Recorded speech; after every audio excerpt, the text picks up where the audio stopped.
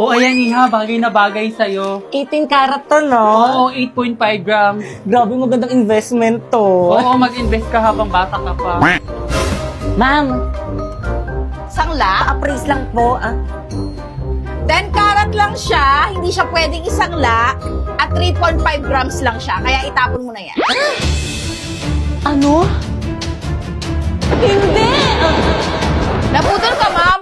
Naku, F-grade yan. Dapat sa McDo Math Deals ka na lang nagpabudol. 100% legit deal. Honest na honest. Kaya download na ng McDonald's apps and fly to the nearest store to claim your McDonald's Math Deals to May 19 to June 6. A+ grade! Grabe, ganitong budol ang hindi ko pagsisisihan. Sena.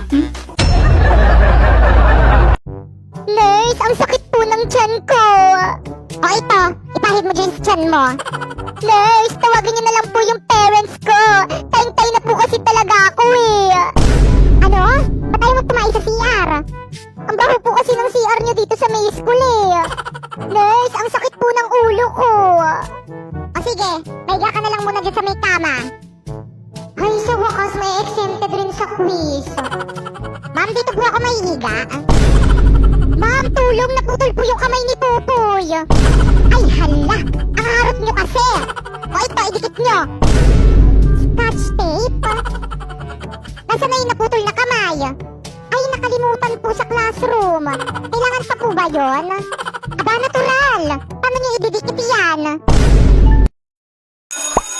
Hala, nanonood si ma'am! Hala, man, ba't ka-absent ngayon? Sayang, gusto ko pa man din matuto sa mga lesson mo ngayon. Pasok ka na bukas, mama. Ma'am, baka gusto mo bumili nitong Hershey Potato Fries, ma'am. Putputin, ma'am. Ma'am, may iba't ibang flavor na to, ma'am.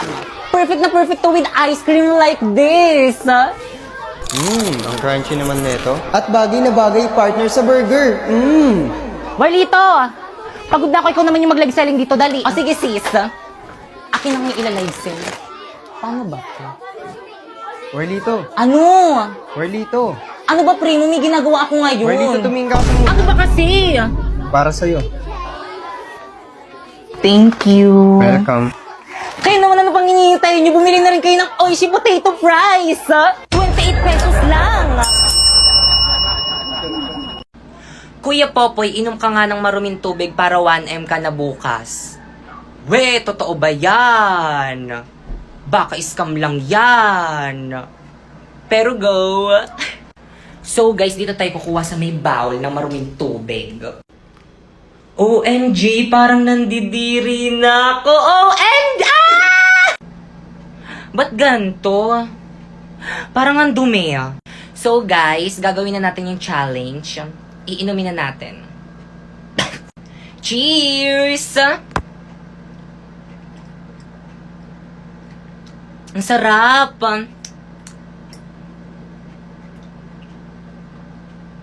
Guys, ang sarap. Ang sarap, promise. I-try nyo na. Don't be shy. Hi guys, so for today's video, may bago akong bag. So, napakaganda nitong bag na to, guys. Tignan nyo. Buksan na natin. So, this is MAH bag. So, makikita nyo, napakaganda. Ayan. Ang dami niyang bulsa sa loob. Nakikita mo yan? Ha? Siyempre, nakikita mo. Siyempre, oh. Yan. Ang daming bulsa sa loob. May bulsa pa dito sa labas. Nakikita mo yan? Tsaka alam nyo ba guys, sabi nila, waterproof daw to. Kaya itatry natin basain. Hala, waterproof nga. Ay! Hindi talaga siya nababasa. Kaya kung gusto niyo bumili ng bag na pang school o pang work, bumili na kayo ng MAH bag. Hi guys, so for today may isi-share ako sa inyo. Ang Labo Unscented Wipes. So guys, bukas na siya. Actually tatlo to. Tatlo talaga to guys. Kinuha lang ng kapatid ko yung isa kasi para daw may wipes daw yung anak niya. Kasi nga, kailangan na kailangan to ng mga baby. At dahil mabait akong tito, binigyan ko. So ito siya guys. So if you can see, napakalaki niya. Buksan na natin.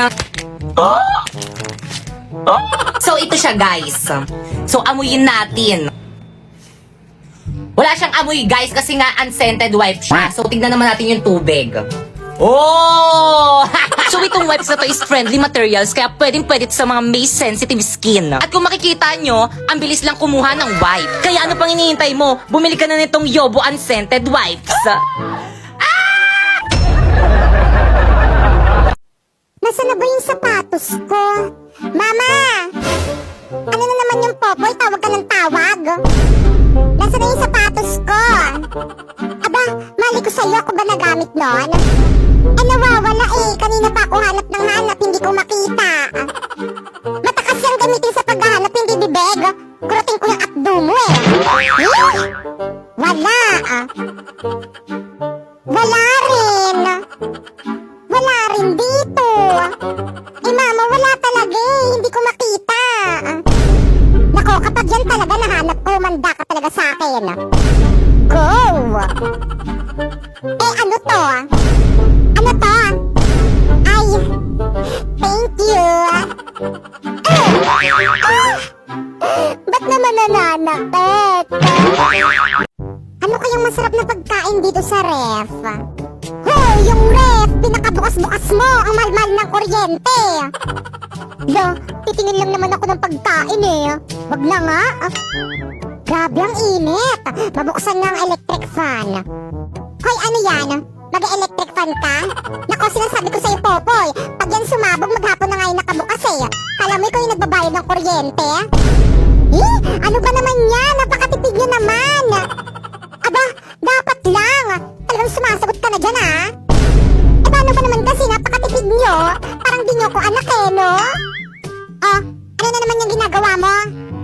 Iinom. Baka pati itong tubig ipagdamot mo sa akin. Hindi naman kita pinagbabawalan uminom. Pero sana doon ka kumuha sa may gripo. Ang mahal-mahal kaya ng mineral water. Tao po. Mare. O bakit malungkot ang beshi ko? Kasi hindi ka pa nagbabayad ng utang mo. Talaga ba? Magbayad ka naman. Hanggat hindi ka sinisingil, hindi ka talaga magbabayad eh, no? Wala kang kusa. Hala, sorry na. Halika, pasok ka, magbabayad na ako. O sige, painom akong tubig na uuhaw ako. Diyan, meron dyan sa kusina, kumuha ka na lang. San dito? Ay, ito okay na to. Sa wakas makakainom rin. Juice ba to? At parang may lasa. Nasa na yun? Ay Lola, ano pong hinahanap nyo? Nakita mo ba yung lagayan ko ng pustiso? Ayaw po Lola, ayun po. Ininom mo? Nabalik na isisi niya. So guys, thank you guys kasi nabalik na yung account natin. Actually guys, one day lang naman talaga ako nabandit sa may TikTok. Pero guys, nung nabalik kasi yung account ko, bawal mag-comment, bawal mag-repost. Ano pa, bawal i-download yung mga videos ko. Ano pang gagawin ko dito sa may TikTok? In short, ni-restrict ako ni TikTok ng bonggang-bongga. Kaya yun, kaya tinamad ako mag-upload ng content dito. Syempre, 2 days kasi ako gumagawa ng content ko, diba? Tapos ano kapag in-upload ko dito, baka mag-flop lang kasi nga bawal mag-comment, bawal i-repost yung mga videos ko. Syempre masasayang lang yung effort ko, 'di ba? Kaya hinintay ko munang maayos, which is buti na lang maayos na. Thank you TikTok, wag niyo na kasi ako i-restrict, hindi na naman kasi ako underage eh. Alam niyo ba guys, nung nabantong TikTok ko, parang guguho yung mundo ko kasi nga syempre ang dami kong promotion tapos lahat yun mawawala kapag naban yung TikTok ko. Eh di wala na akong pera. Kaya TikTok, wag niyo na ako iban, mabait naman ako eh.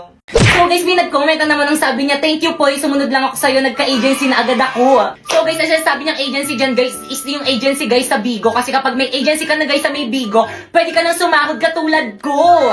So guys, ito na yung account niya guys. Meron na siyang agency. So ang ginawa niya lang, nanood lang siya sa may live ko and ngayon, meron na siyang agency. So guys, ang ginagawa ko lang dito guys is nagla-live lang ako ng 1 to 2 hours kaya sumasahod na ako ng 10k to 50k a month. Kaya ikaw, ano pang hinihintay mo? Follow the instruction na. First, pumunta ka sa bio ko. Tapos i-click mo yung link. At pagka-click mo, dapat dyan ka mag-download ng Bigo Live para ma-count sa agency namin. Tapos pagkatapos mo ma-download, gumawa ka na ng account, i-connect mo sa Facebook mo or kaya sa Gmail mo.